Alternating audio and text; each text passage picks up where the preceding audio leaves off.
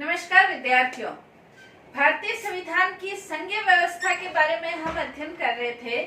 भारतीय संविधान की संघात्मक शासन व्यवस्था के जो लक्षण थे उनका हमने अध्ययन किया। भारतीय संविधान निर्माता संघात्मक शासन की दुर्बलताओं से परिचित थे, इसलिए वो ये चाहते थे कि भारत के अंतर्गत संघात्मक शासन के लक्षणों को ग्रहण करते हुए भी जो केंद्रीय सत्ता है वो कमजोर नहीं होनी चाहिए। और इसीलिए क्योंकि संविधान निर्माता ये जानते थे कि भारत के अंतर्गत जब भी केंद्रीय सत्ता कमजोर हुई है और तो भारत गुलाम बना है या पराधीन बना है।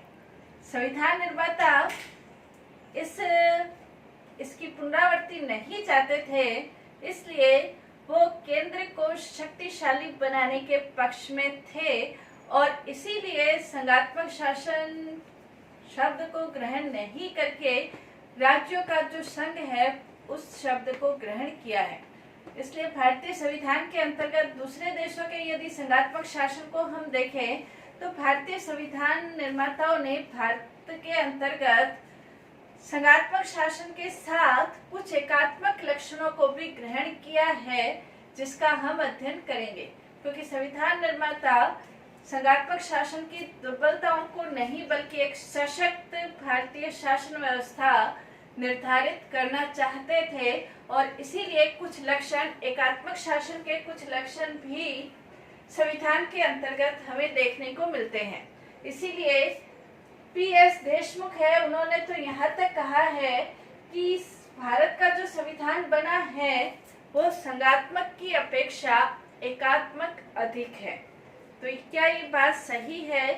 संघात्मक नहीं है, संघात्मक है लेकिन एकात्मक लक्षण भी उसमें विद्यमान है। जैसे एक विद्वान है कि मुंशी, उन्होंने ये कहा है कि भारत के अंतर्गत सबसे बुरे दिन तब थे जब केंद्रीय शासन दुर्बल था और भारत के अंतर्गत सबसे अच्छे दिन तब थे जब केंद्रीय शासन शक्तिशाली था।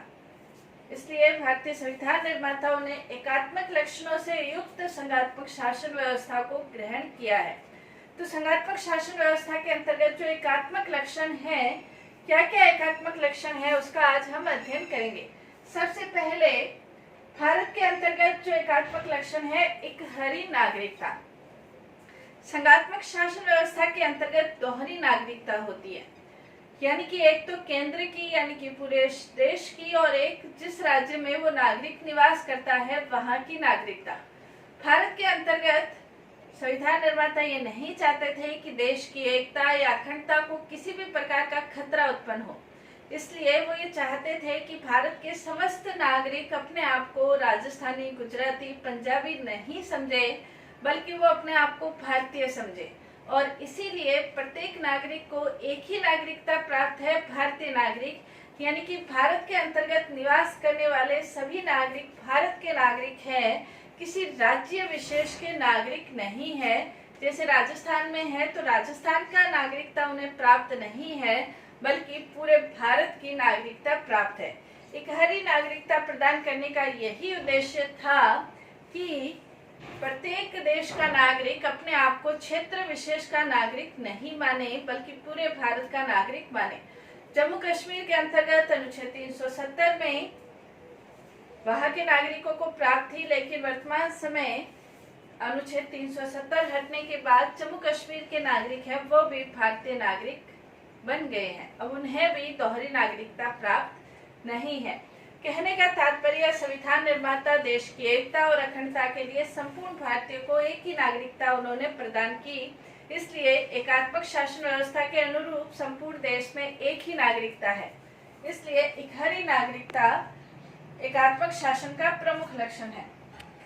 दूसरा, भारतीय संविधान के अंतर्गत जो शक्तियों का बंटवारा संघात्मक शासन का प्रमुख लक्षण है, लेकिन संघात्मक शासन के अंतर्गत शक्तियों का जो बंटवारा किया गया है, केंद्र और राज्यों के बीच शक्तियों का बंटवारा तो किया गया है, लेकिन जो शक्तियों का बंटवारा किया गया है वो केंद्र के पक्ष में किया गया है। यानी कि जैसे संघ सूची में 97 विषय है, मूल संविधान के अंतर्गत राज्य सूची में 66 है, संवर्ती सूची में 47 विषय है। तो संघात्मक शासन व्यवस्था के अंतर्गत शक्तियों का तो बंटवारा कर दिया, लेकिन एकात्मक लक्षण इस दृष्टि से है कि केंद्र के पक्ष में शक्तियों का बंटवारा है। जो महत्वपूर्ण विषय है, जैसे 97 विषय है, तो 97 विषय महत्वपूर्ण विषय है। संघ सूची में उनके ऊपर कानून बनाने का जो अधिकार है वो केंद्र के पास है।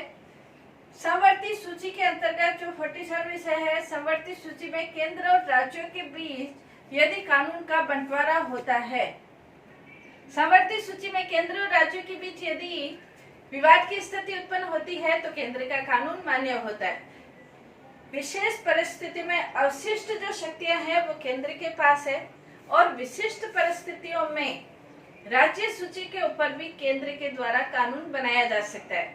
विशिष्ट परिस्थितियों का मतलब यदि राज्यसभा अपने 2/3 बहुमत से किसी विषय को, राज्य सूची के विषय को राष्ट्रीय महत्व का घोषित कर दे, 2 या 2 से अधिक राज्यों के विधानमंडल यदि किसी विषय को राष्ट्रीय महत्व का घोषित कर दे, आपात की स्थिति हो, तो ऐसी स्थिति में राज्य सूची के ऊपर भी केंद्र को कानून बनाने का अधिकार मिल जाता है। तो जो शक्तियों का बंटवारा है वो केंद्र के पक्ष में, संघ सूची पर पूरा कानून बनाने का अधिकार केंद्र के पास, अवशिष्ट शक्तियां केंद्र के पास, समवर्ती सूची विवाद की स्थिति में केंद्र के पास, और विशिष्ट परिस्थितियों में राज्य सूची के ऊपर भी कानून बना सकता है। तो हम कह सकते हैं कि शक्तियों का जो बंटवारा किया गया है वो केंद्र के पक्ष में किया गया है। इस संबंध में डॉक्टर अम्बेडकर ने ये कहा था कि मैं 1935 के भारत शासन अधिनियम द्वारा स्थापित शक्तिशाली केंद्र से भी ज्यादा शक्तिशाली केंद्र स्थापित करने के पक्ष में हूँ। थर्ड, इसकी एकात्मक लक्षण देखें। संघ और राज्यों के लिए एक ही संविधान है।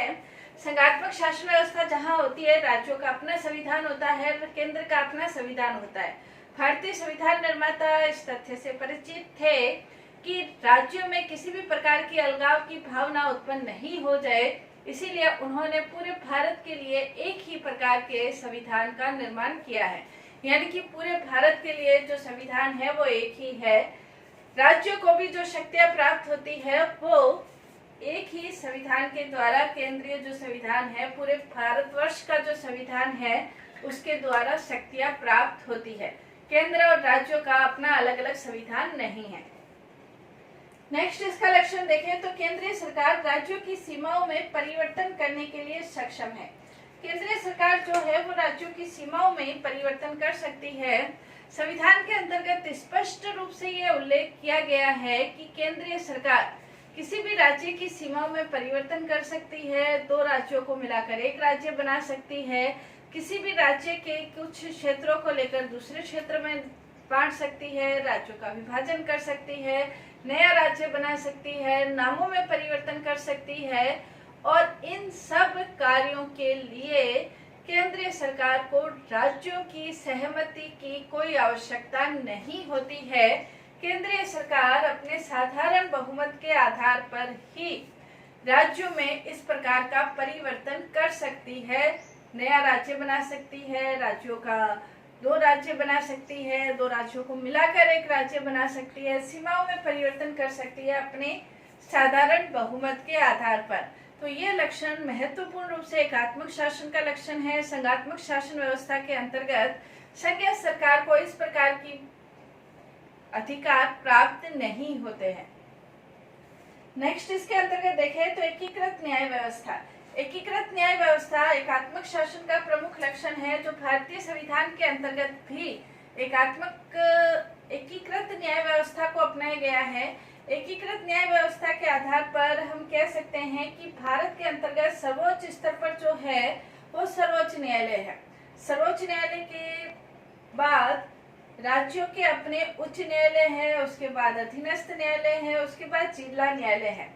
यानी कि जो न्याय व्यवस्था है वो एक पिरामिड के आकार में, पिरामिड के रूप में चलती है। सर्वोच्च स्तर पर सर्वोच्च न्यायालय जो कि संपूर्ण भारत के अंतर्गत अपने न्याय क्षेत्र का निर्धारण करता है, और जो भारतीय न्यायालय है, उच्च न्यायालय है, उन सब की अपील सर्वोच्च न्यायालय में की जा सकती है।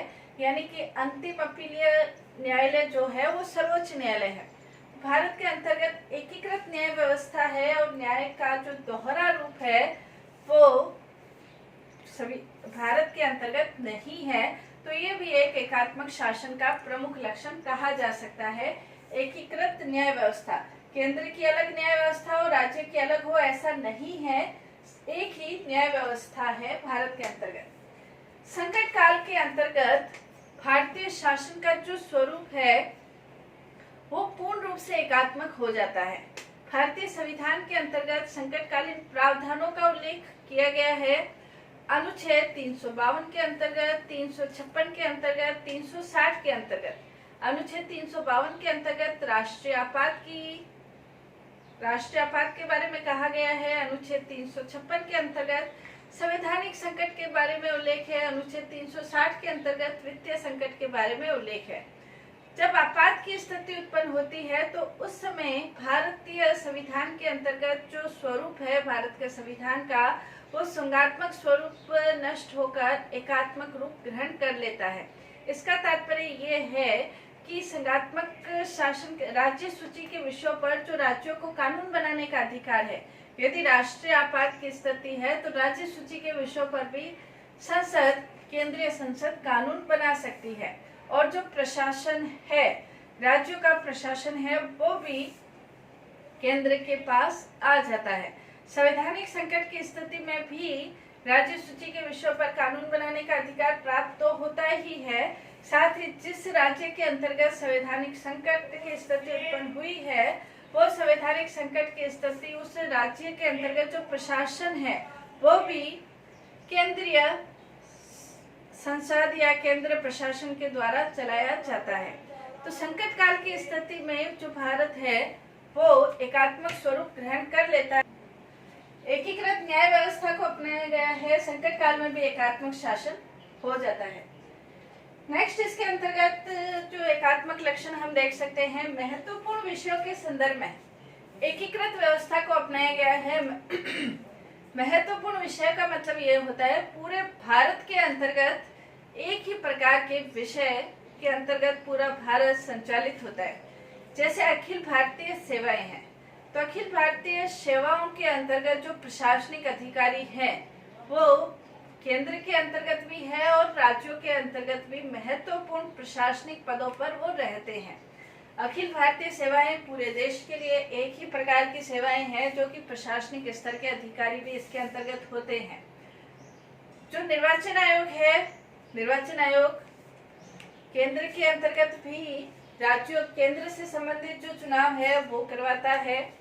राष्ट्रपति के, प्रधानमंत्री के, मंत्रियों के, लोकसभा के, राज्यसभा के निर्वाचन के लिए उत्तरदायी है। इसी प्रकार राज्यों की विधानसभाओं के निर्वाचन करने के लिए भी जो निर्वाचन आयोग है वो ही उत्तरदायी है। राज्यों के अपने अलग से निर्वाचन आयोग हो ऐसा नहीं है, उसी के अंतर्गत रहते हुए, अधीन रहते हुए वो कार्य करते हैं। इसी प्रकार संपूर्ण भारत का जो लेखा कार्य है वो नियंत्रक महालेखा परीक्षक के द्वारा होता है। नियंत्रक लेखा परीक्षक के अधीन ही राज्यों के जो लेखा परीक्षक है वो होते हैं।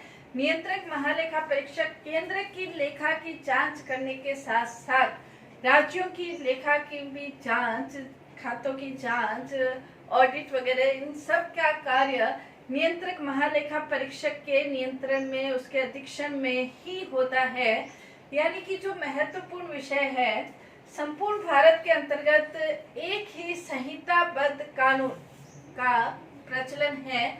अलग अलग राज्यों के अपने अलग अलग कानून ऐसा नहीं है। यानी कि कहने का तात्पर्य ये है कि संपूर्ण भारत में एकीकृत जो शासन व्यवस्था है उसके उदाहरण हम निर्वाचन आयोग के रूप में, नियंत्रक महालेखा परीक्षक के रूप में, अखिल भारतीय सेवाओं के रूप में हम देखे जा सकते हैं। तो इन आधारों पर ये जो आधार है वो भारत के एकीकृत शासन व्यवस्था को उजागर करते हैं। नेक्स्ट, इसके अंतर्गत है जो संहिताबद्ध कानून है वो भी पूरे भारत के अंतर्गत एक ही कानून हम। तो इन सब लक्षणों के आधार पर हम कह सकते हैं कि भारत में एकीकृत शासन व्यवस्था के काफी लक्षण विद्यमान है और भी इसके एकीकृत शासन व्यवस्था के और भी लक्षण है। जो संविधान निर्माताओं ने संविधान में उजागर किए हैं। तो इन सभी लक्षणों के अंतर्गत हम और इसका अध्ययन करेंगे अपनी नेक्स्ट क्लास में। धन्यवाद।